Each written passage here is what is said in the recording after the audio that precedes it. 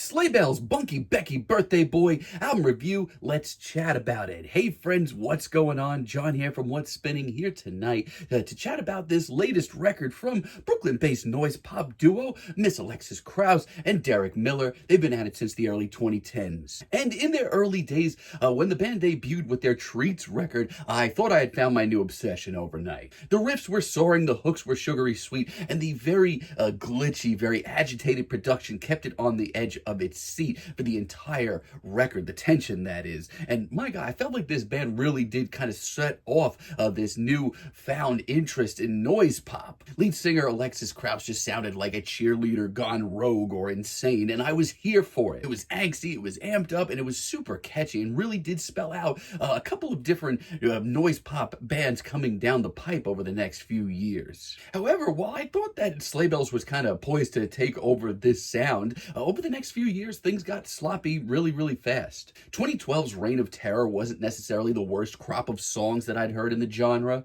but there was a far cry from where their debut record was a few short years before, and a lot more tracks this time around, which just sounded a lot more grating, honestly. The Bitter Rivals record I thought was even worse. I mean, Young Legends was a solid single, but most of the rest of these tracks were unlistenable, honestly. By the time their Jessica Rabbit record dropped, I was exhausted.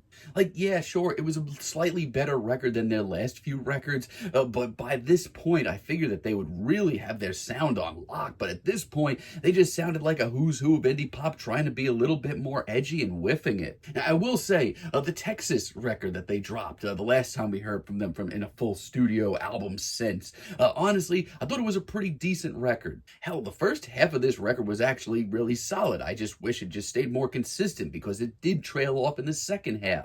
Now, leading up to this thing, I thought the singles were pretty decent, even if I still stand by that Do You Want to Start a Band is not a good single at all. But that being said, let's chat about this thing. This record starts off with bunky pop, and honestly, it's pretty fun. Instantly, this is a very busy, very heady, very overtly caffeinated electronic and pop rock track. It's super adorable and sweet and cute, but it also packs a serious punch, especially with those drums that sound like gunshots backing up this track. I mean, for the most part, this sounds like where they should be right now. It's a track that shows up and starts a party whether you're ready to start it or not. But between the production and the very expressive performances, honestly, this is just a really solid intro track. Not only that, but it's a lot of fun, and I haven't thought about that when it comes to Sleigh Bells music in quite some time. Life Was Real is pretty decent as well. I mean, gonna be real with y'all, my expectations for this project were like a 0, but I actually really love the guitar riff here and the busy array of synths that we get along with it.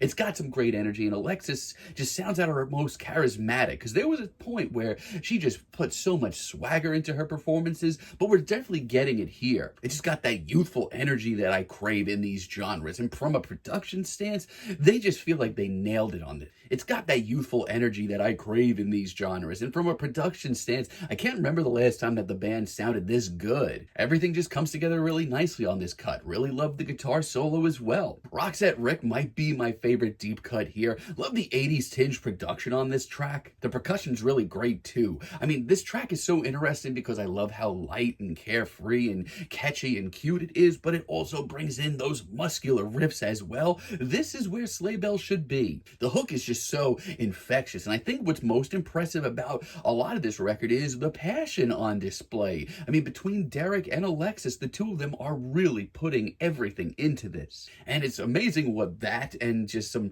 all-around better production can do for a duo. Really love This Summer as well. The very glitchy, synthy beat is very hip, and when that punk rock riff just roars in, it's really exciting. It's a pretty nasty cut, albeit very them, with a lot of very cute bars and sweet hooks. The youthful energy as well, and what makes a lot of these tracks work for me so much is the simplicity to them, and I mean that in the best way. A lot of these tracks are just super straightforward, super catchy, really memorable riffs, and I can't really get mad at that. I will say though, when things get a little grating, they get very grating. Do You Want to Start a Band? I'm sorry. This single to me is just so everything that I didn't want to hear from this project. I mean, I respect them overloading this track as much as they did. A lot is going on here. But why the hell is this so stiff? With everything going on here, it just sounds so rigid. The attitude is here on this track. The angsty, punchy attitude is right here, but why is everything so tame about it? It just sounds like Sleigh Bells trying so hard to be themselves and just not really being able to do it. Can I Scream, on the other hand, is just an over-caffeinated headache. I mean, everything has been so straightforward and focused so far, and I've been able to respect and enjoy a lot of the material here. But then once again, we have tracks like this that just sound like a mishmash of sounds and Sleigh Bells desperately trying to sound hip. It's a slippery slope.